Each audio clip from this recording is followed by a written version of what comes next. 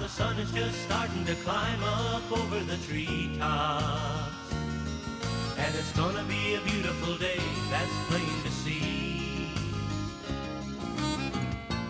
Welcome to Bill Dance Outdoors, America's most popular and longest running TV fishing show. Now I've gone fishing with Bill Dance today. Hello everybody. Like I've said so many times, we learn by asking questions. And let me tell you something I did a while back. Our good sponsor, Garmin, invited several fishermen on their promotional staff to join them at their national headquarters in Olathe, Kansas for some social media campaign work and to do a national commercial they were doing. Now on the way, I played a little game I called Count the Fishing Questions Along the Way. Well, it was an early fall day and our first major front of the year had just come through. I had a 6 a.m. flight, so I left home around 4:30, making a quick stop for a donut and a milk. Now, right off the bat, the clerk asked, "Bill, what do you think this front is going to do to the bass? What would be a good bait to use? You think the bass have moved deep, or you think they'll stay shallow?" Well, I gave him three quick answers, and a good luck, and I was gone. Getting to the airport, I parked, rushed in, went through TSA quick check, and just as I was grabbing my bag, when two TSA officers walked up and asked 4 more questions. And before I could answer them, another officer appeared and wanted to take a picture. And he too had a couple of questions. Well, I answered those and I took off again. Well, on the way to the gate, B44, naturally the last gate in the concourse, a fella stopped me and asked about this stupid front. I answered and finally got on the plane in Memphis and headed for Chicago, where I had to change planes to Kansas City. Anyway, no more questions, I thought, until about 45 minutes into the flight when this little old lady sitting next to me looked up and pointed at my Tennessee cap and said, "Isn't that a pretty Texas cap you're wearing?" Well, 2 people seated across and one behind giggled, and I explained. But this started a line of questions from across the aisle. Right now, a total of 9. Well, I had a crick in my neck, but they were good questions. What did I say the name of this little game I was playing? Oh, yeah. Yep, okay. Well, getting to Chicago, we landed and I boarded another flight to Kansas City. Well, we had a slight delay due to a minor computer problem. Now, during this delay, a flight attendant walked up and she kind of leaned over and she whispered, "Mr. Dance, the captain would like to see you in the cockpit." And I said, "Oh, does he want me to fix the problem?" She laughed and said, "He'd like a picture." Well, I got up and on the way, the co-pilot asked a fishing question. And then another attendant asked for one, for a boyfriend. Well, I got to the galley and the other one asked one.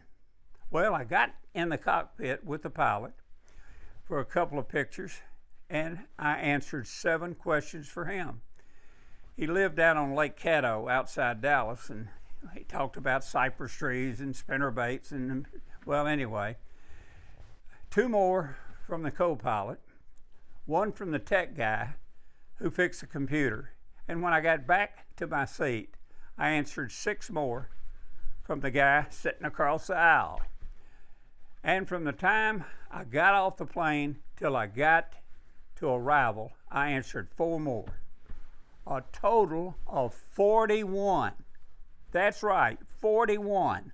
Wow, it's only 9:45 in the morning. Okay, now don't get me wrong. I love people and I love answering questions. I really do. So much, well, it's what our show's about today. Now, as we fish along, We're going to be answering some of them. And here's one I heard at 28,000 feet. What time of the year do you begin fishing shallow running minnow baits? Normally when water temperatures reach the mid 50-degree range in spring, I start using jerk baits in an erratic jerk pause retrieve. When fishing one in a pull pause manner, bass will swim up from deeper depths and strike this lure running several feet below the surface, especially in a clear water environment. Once water temperatures rise above the 65-degree mark, these lures are excellent on the surface or near the surface. Come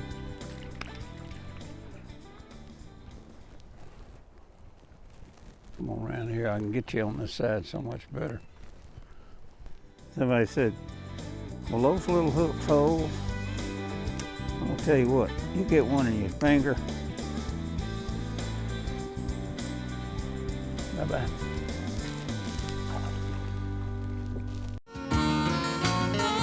Bill Dance Outdoors is sponsored in part by Bass Pro Shops. Your adventure starts here. Rebel, catch fish anywhere. And by Mercury Marine, go boldly.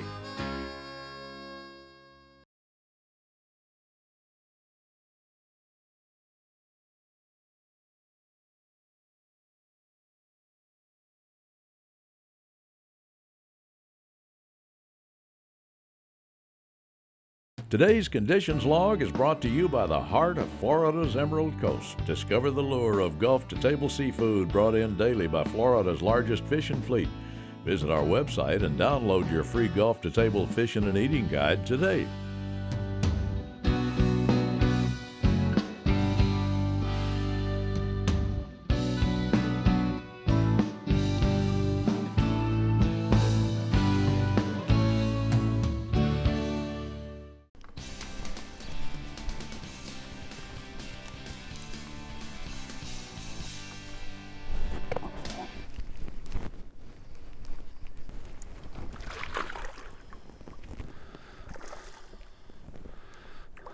Doesn't like that little thing in his face either, does he? These little fish are fun on this light tackle. Well, let me tell you, when you go, carry you a pair of pliers. See the size of those little hooks? You see those hooks? That's what caught you. Okay, here's a mighty good question concerning your electronics. How much of the bottom does my graph cover? On a 20-degree transducer cone angle, your coverage area is approximately 1/3 of the depth of water. Example, if you're in 21 feet of water, you'll have a 7-foot diameter coverage inside the cone. In 6 feet of water, the coverage is 2 feet. Okay, here's a question about your health. How safe, from a health standpoint, is it to kiss a fish, like I often see anglers do before releasing them?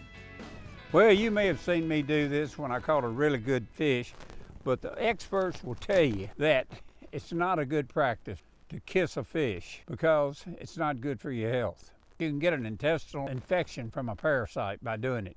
The same thing that we all get from drinking water from some foreign countries. They call it traveler's diarrhea, or what we call it down here in the South, the green apple two-step. Well, I don't think I have to tell you how miserable that can be, and it can last literally for weeks.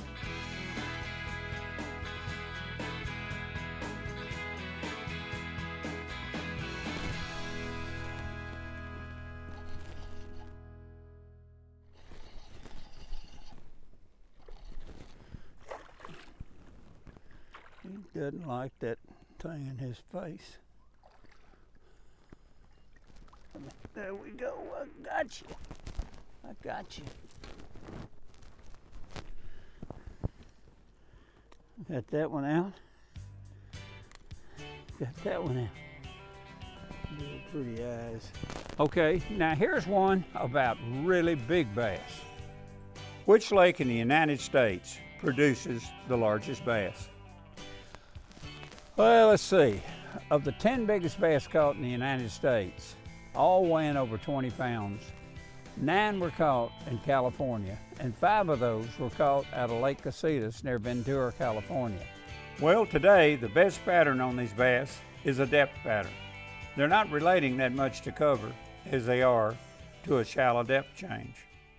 This lure, the Rebel Crick Hopper, dives on a long cast to about 5 feet with 6-pound test line.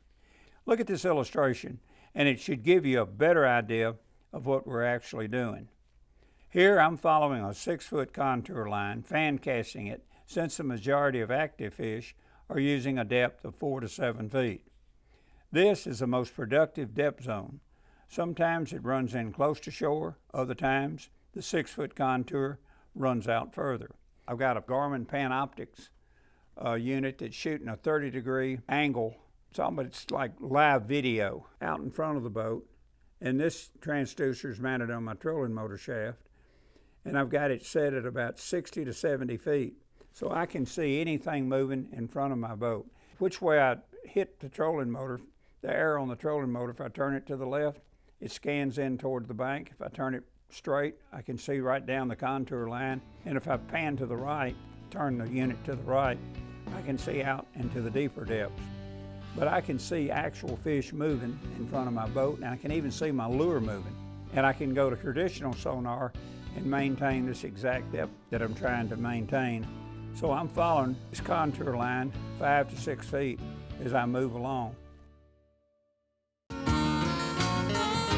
Today's show is sponsored in part by Quantum Rods and Reels, Outsmart, Outfish, Outlast, Mystic Lubricants, Lubrication Domination, and Tracker Boats, Fish the Finest. Today's equipment log is brought to you in part by Fish Defunk. It keeps your hands scent-free and clean so fish can't smell you. Use Fish Defunk unscented while fishing and Fish Defunk scented after fishing to remove all odors.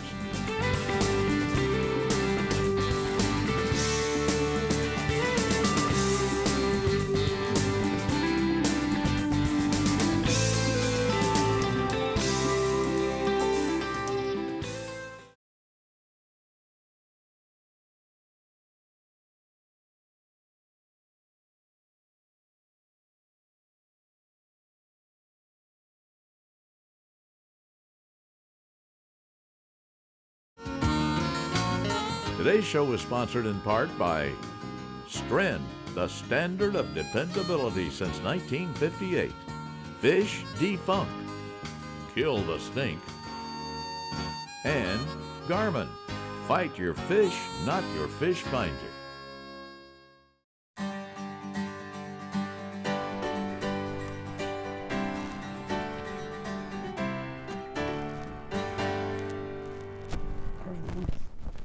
Whoa, get out of that cover. Oh, got some weight here. This is a hoss. It's a boat. That is right there is a boy dog. Oh, he's a dandy. Again. He did some pulling. It's a good fish on 6-pound line, that little bitty bait. How you doing? Let's go home.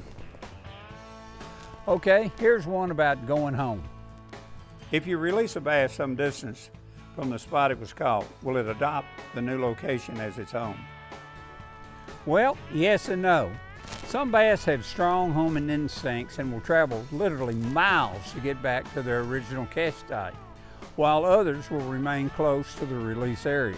Now, I recently read where a 5-year study was conducted on this. It showed that at least 44 out of 101 largemouth bass that were caught and moved between 9 and 13 miles from their home found their way back. That's right. Between 9 and 13 miles from their home found their way back. They were tracked with radio telemetry, and most of the bass left the release site quickly, but the rate of movement varied. Bass released in the spring tended to arrive back home in less than 3 months, while bass released in the fall generally returned home in 7 to 12 months. Some of the bass followed a shoreline route, but others navigated open water to get home. Movement was governed by water temperature, with most of it occurring when the water temperature was between 54 and 73 degrees.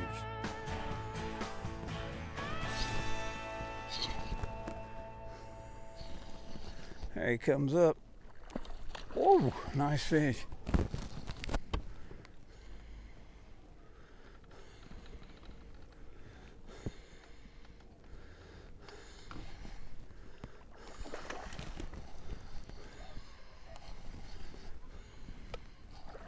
Oh yeah.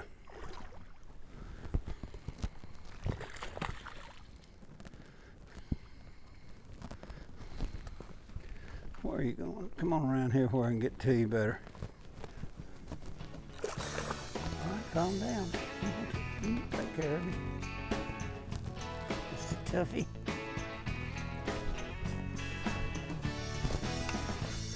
Usually get it. Got it. There we go. See ya. The Bill Dance Question and Answer of the Week is brought to you by Mystic Lubricants and their complete line of JT4 marine products. A full line of products for your full line of pursuits. Visit mysticlube.com today. Do you ever get skunked? How do you handle the frustration? Obviously, you've mistaken me for Mark Zona. But really, it happens. A humbling experience is good for the soul. The days that I didn't catch a fish don't bother me nearly as much as the days I didn't learn something. Having a boatload of confidence will help you on every trip, and that's a trip to the lake or through life.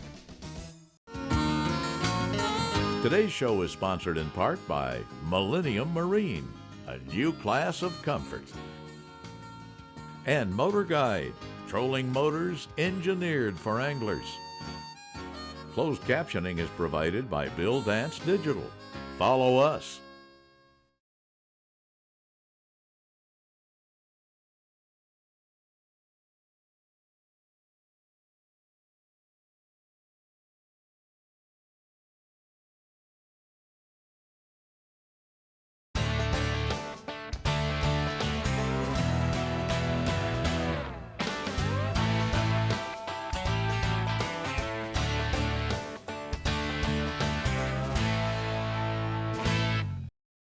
Today's product tip is brought to you by Garmin and their GPS map series, chart plotter sonar combos. With advanced sonar technology like Chirp and exclusive Panoptix all-seeing sonar, you'll spend less time finding your fish. You know, there's a major advantage to having a bow-mounted transducer on your trolling motor and having a bow-mounted graph in the front of your boat. This way you'll always know exactly what depth is beneath you. Take this 19-foot boat. It's got a graph mounted at the console with a transducer at the transom. But that's a long distance when you're trying to find fish or vertical fish on a ledge or a piece of cover.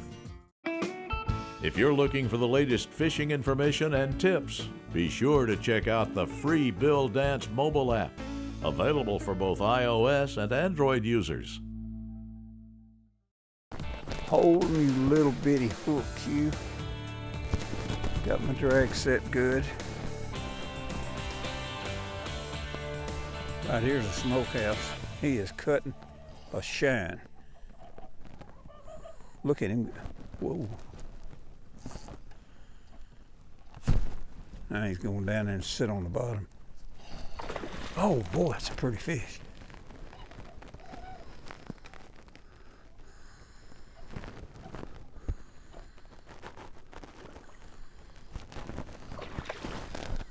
Don't you love it?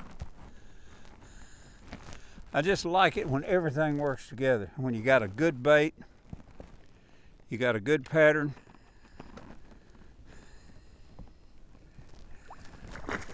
It's my turn. It's my turn, yes it is. Now I'm putting these big old pliers in its mouth. Then I'm gonna little bitty bait on it, big old fish. Isn't that pretty? Okay, got one here about your monofilament. How often should you replace the line on your reel? I've been asked that question 1,100 times. Well, that's probably the number one concern of most anglers. Fortunately, the answer, well, it's relatively simple. Naturally, it depends on how much you fish the line. Now, as long as it's stored out of direct sunlight, well, and heat, the mono fishing line is virtually ageless. According to extensive research, monofilament line begins to deteriorate the minute you spool it and start fishing with it. Many things like oil, bug spray, sunscreen lotion won't damage most lines. But the sun's ultraviolet rays will, especially nylon. Heat and oxygen accelerate the process. Now, in the case of nylon, mono exposure to sunlight causes a loss of tensile and knot strength, stretch, and flexibility. You can tell when the sun has taken its toll, when the line becomes brittle or begins to change color. Example, when the clear line begins to yellow or the colored line begins to fade. Okay, here, it's coming up.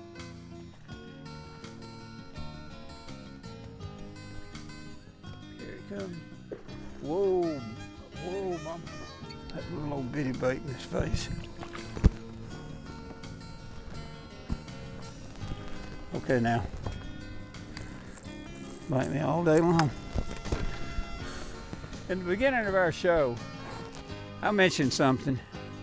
The way we learn is to read, observe, ask questions about the subjects we want to learn about and we want to know about. It's just that simple. Thanks for all your questions, and I hope what I've cast back your way today, you've learned something from it. I sure hope so.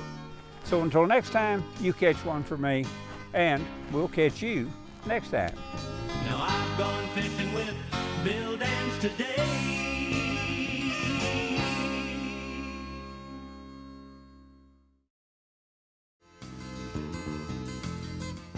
Thanks for watching Bill Dance Outdoors.